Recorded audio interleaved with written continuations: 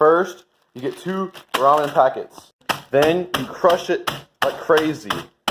Then you crush the other one. Then you get your bowl.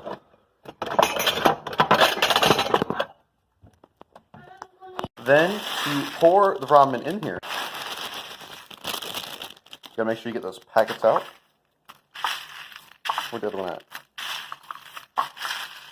There it is. Okay. Water. Part 2. You gotta get your ramen. Now that we have our ramen, you gotta add that packet and the other one. And a little bit of sriracha, you know what I'm saying? That's a little bit, you know. Mix it! Mix it, mix it. Heck yeah. That's some good ramen right there. Oh!